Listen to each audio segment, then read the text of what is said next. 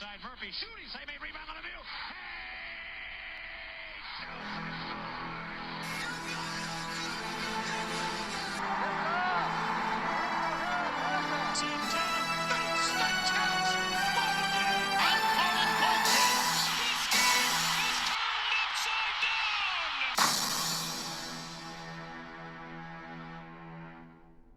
Hey guys, it is Red Rubber Duckwind, and welcome to day 10 of the 2023 March Madness Charity Drive for the American Foundation for Suicide Prevention.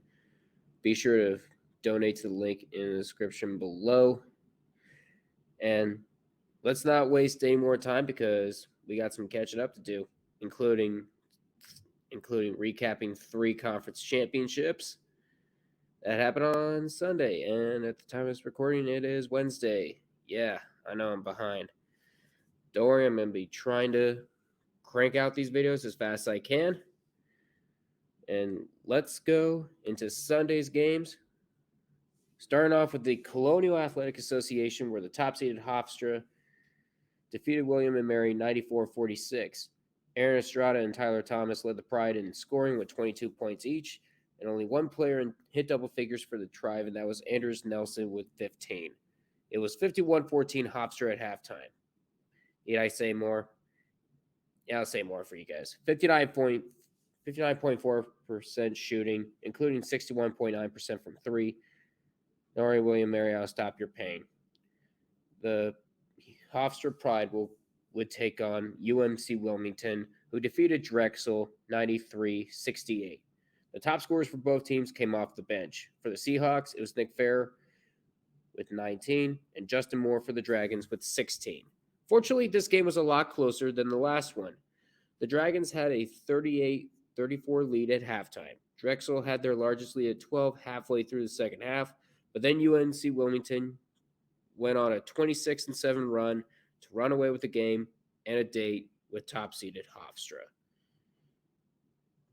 And then Charleston defeated Stony Brook 74-52. 4 Cougars ended in double figures, led by Ante Brozovic with 15, and only 2 Seawolves finished in double figures, led by Keenan Fitzmaurice, finishing with 18 points. Charleston went on an 11-0 run to start things off, and the Cougars never looked back. That's all that needs to be said. And they were taking on Towson, who defeated Delaware 86-60. 4 Tigers finished in double figures, led by Nicholas Timberlake with 19 points, and Jameer Nelson Jr. led all the Blue Hens with 16. Both teams started out cold, but while Towson heated up, Delaware remained cold and eventually got on track. However, it was too little, too late. Towson would face their biggest challenge yet in Charleston. We now go to the Patriot League as Colgate defeated Army.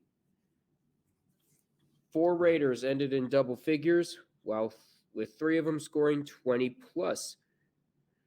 Oliver Lynch Daniels was the top Raider, scoring 21 points. And 2 Black Knights scored in double figures with Jalen Rucker and Colton Benson scoring 26 and 24 points, respectively. Both teams were the same, except for turnovers, with Army leading the category 16-5. And I accidentally didn't write this down, the score for this in the script. It was 91-74. And Colgate will host the Patriot League Championship against Lafayette, who defeated American University 84-76 in double overtime. All 5 starting Leopards ended in double figures, led by Leo O'Boyle with 23 points. 4 Eagles scored double digits, with Matt Rogers leading with 24. While the scoreboard looked close at the end, this game was anything but.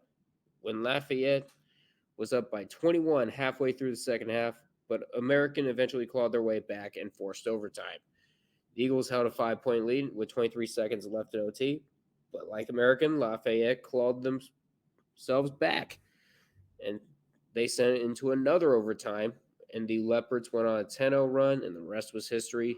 Lafayette would travel to Colgate. Now, Colgate was looking to get in their 4th straight tournament, while Lafayette was looking to get in for the first time since 2015. We now go to the Southern Conference, where the top-seeded Furman defeated Western Carolina 83-80 in overtime. 4 Paladins ended in double figures, including 2 scoring 20-plus points, with them being Mike Bothwell and J.P. Peggs with 26 and 24 points, respectively. 2 Catamounts also scored 20-plus, with them being Montarius Woolbright and Trey Jackson, scoring 30 and 22 points, respectively. Furman had a 20-point lead early in the second half, and Western Carolina battled their way back and forced overtime. Overtime was back and forth, and Furman hit 4 straight free throws to win and go back to the SoCon Championship, and they would take on Chattanooga, who defeated Wofford 74-62. The 4 Mocs ended in double figures, led by Jake Stephen with 25 points. Jackson Pavletsky was one of 3 Terriers in double figures, leading the team with 20 points. While the halftime lead for Chattanooga was only 1, the Mocs turned on the Jets after the break and only 1 scoreless slump, and that would set up a rematch against Furman in the SoCon title game.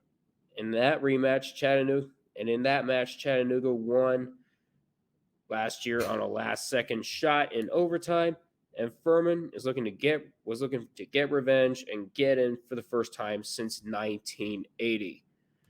We now go to the Sun Belt as South Alabama upset James Madison 75-66. 4 Jaguars finished in double figures, led by Isaiah Moore with 18 points. Mezzi Offerum led all Dukes with 20 points, and he was one of 3 on the team with double figures.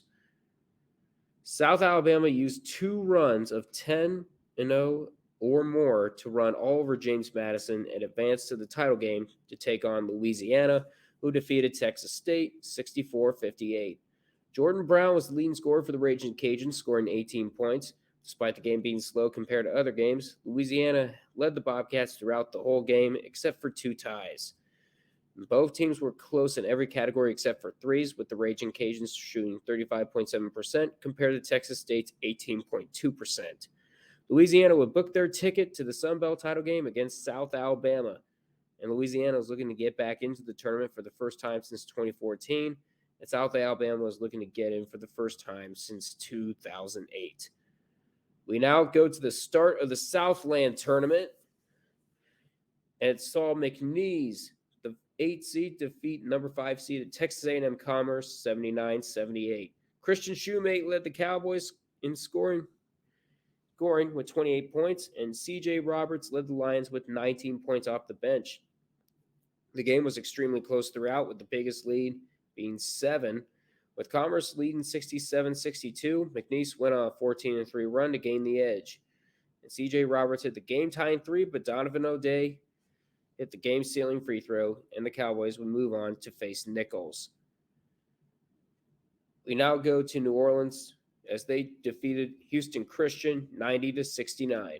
Jordan Johnson was leading scorer for the Privateers, and Max Klansek for the Huskies, both scoring 29 points each.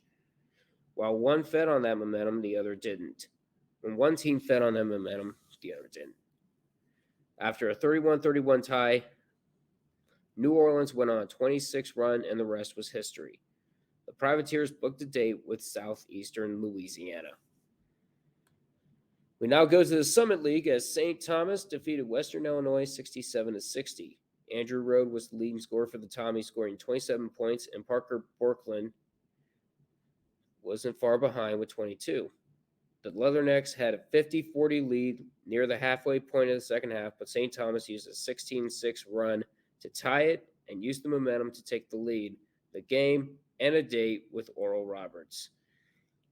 We now go to North Dakota State as they defeated South Dakota 70-68.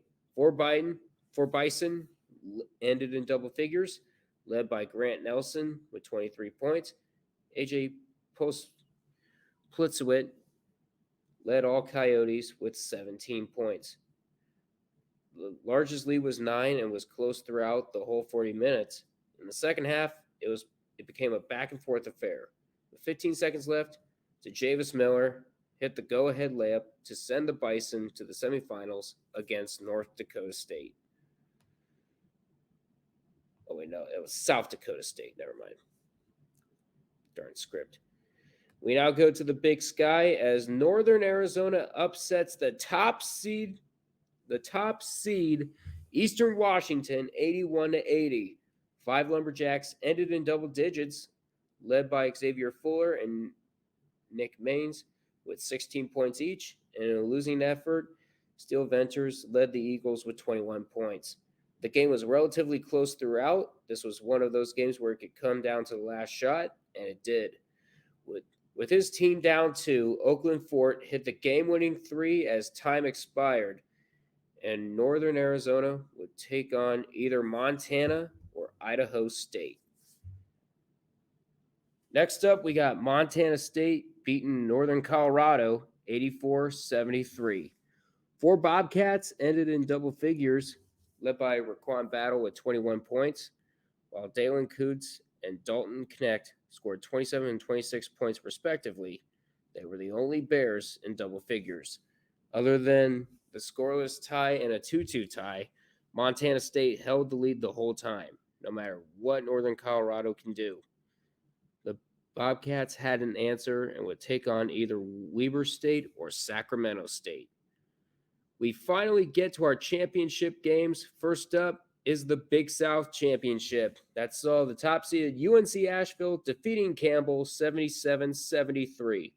Drew Pember and Tajon Jones led the Bulldogs with 29 and 24 points respectively. Jay Powell led all Fighting Camels with 26. After being a very close game in the first half, Campbell jumped out to a 14-point lead. However, UNC Asheville would turn on the Jets and make a furious comeback, and the Bulldogs would become the 2023 Big South champions, and they would be going dancing for the first time since 2016. As for Campbell, they will have to wait a little bit longer, and they will travel to the CAA. We now go to the Missouri Valley Championship, and that saw Drake whoop Bradley 77-51. Tucker DeBreeze led the Bulldogs with 22 points, and the high score for the Braves was Jashawn Henry with only 10 points. The only lead that Bradley had was 3-2. Other than that, the Braves just ran out of gas. Drake's lead kept on multiplying exponentially, and it didn't offer Bradley any opportunity to come back. That's another set of Bulldogs punching their tickets, and Drake will go back for the second time in 3 years, and it's their first Missouri Valley tournament title since 2008. We now go to the Atlantic Sun Championship as Kennesaw State beat Liberty in their own house, beat Liberty 67-66. Shockingly, Kyle Rood and not Darius McGee was the leading scorer for the Flames, scoring 23 points while McGee scored 14. 4 Owls finished in double figures with Terrell Burton leading the way with 19 points. This game was relatively close throughout, and McGee went 0 for 11 from 3, but turnovers by the Owls kept Liberty in it. And with the game tied at 66, Burton gets fouled and sinks the first free throw and purposely misses the second to win the game and the championship for the Kennesaw State University Owls. And this is their first trip into the NCAA tournament, as the Never Made a Tournament club just got 1 member shorter. And now we leave the score updates behind and we go to our final bracket previews of 2023. Let's start with the American Athletic Conference. And on Thursday, March 9th, South Florida will go up against East Carolina. The Bulls haven't made a tournament since 2012, while the Pirates have the longest tournament drought in all of the AAC, with their drought going on since 1993. Tip-off is at 11:30 Central Time. Next up is UCF and SMU. The Knights haven't made it since 2019, and SMU looking to get back for the first time since 2017. Tip-off is at 1:30 Central Time. And then Wichita State will go up against Tulsa. Wichita State looking to get in for the second time in 3 years, and Tulsa looking to get back for the first time since 2016. Tip-off is at 6 Central Time. On Friday, March 10th, you got the quarterfinals, and either the Bulls or the Pirates will go up against the defending AAC champions, Houston Cougars, and that game would tip off at noon. And then you got Cincinnati Bearcats going up against the Temple Owls. Both are looking to get in for the first time since 2019. Tip-off is at 2. And either the Golden Knights or the Mustangs would go up against the Memphis Tigers. They're looking to get back in after making it to the tournament last year. Tip-off is at 6. And either the Shockers or the Golden Hurricane would go up against Tulane. The Green Wave have the second longest drought in the AAC, with theirs lasting since 1995. Tip-off is at 8. And then on Saturday, you got the semifinals from 2 to 4. On Sunday, March 12th, is the championship at 2:15 Central Time. We now go to the Big Ten. And on Wednesday, March 8th, which is tonight, Wisconsin went up against Ohio State. Both were looking to get back into the tournament after making it last year. Tip-off was at 5:30 Central Time. And then Nebraska would go up against Minnesota. Nebraska haven't made it since 2014, and Minnesota hasn't made it since 2019. And that game would tip off 25 minutes after Wisconsin and Ohio State. And on Thursday, March 9th, you got Michigan going up against Rutgers. Both made the tournament last year. They were looking to get back. Tip-off is at 11. And either Wisconsin or Ohio State, I'm not telling you the result yet, will go up against Iowa. They're the defending Big Ten champions. And the tip-off would be 25 minutes after Michigan and Rutgers. And then Illinois would go up against Penn State. Illinois made the tournament last year. Penn State looking to get back for the first time since 2011. Tip-off is at 5:30. And then either Nebraska or Minnesota will go up against Maryland, looking to get back in for the second time in 3 years. They have a relatively realistic chance of doing so. Tip-off 25 minutes after Illinois and Penn State. On Friday, March 10th, you got the quarterfinals. Either Michigan or Rutgers would go up against Purdue. They made the Sweet 16 last year before losing to the Cinderella St. Peter. Tip-off is at 11. And either Wisconsin, OSU, or Iowa will go up against Michigan State. They made it to the tournament last year. Tip-off is 25 minutes after the Purdue game. And either Illinois or Penn State would go up against Northwestern. They made their first tournament appearance ever in 2017, and they were looking to get back in. Tip-off is at 5:30. And either Nebraska, Minnesota, or Maryland will go up against Indiana. They made the tournament last year as a first 4 candidate. Tip-off is 25 minutes after the Northwestern game. On Saturday, you got the semifinals from noon, and then 25 minutes after the first semifinal. And then on Sunday, you got the championship at 2:30 Central Time. So that's going to do it for day 10 of the 2023 March Madness Charity Drive. I know I should be doing working on a script for day 13 right now, but it's time consuming. I'm going to tell you that, and a lot of stuff going on, especially with class work and working on other personal projects, especially sports disaster and all that stuff. Yeah, it's a daunting task, but I'm going to get out of it somehow, some way. Please feel free to like, comment, and subscribe. It really does take me ages to make all these videos, and I appreciate all your love and support. But once again, I'm Red Rubber Duckling. Until we meet again, I will see you guys next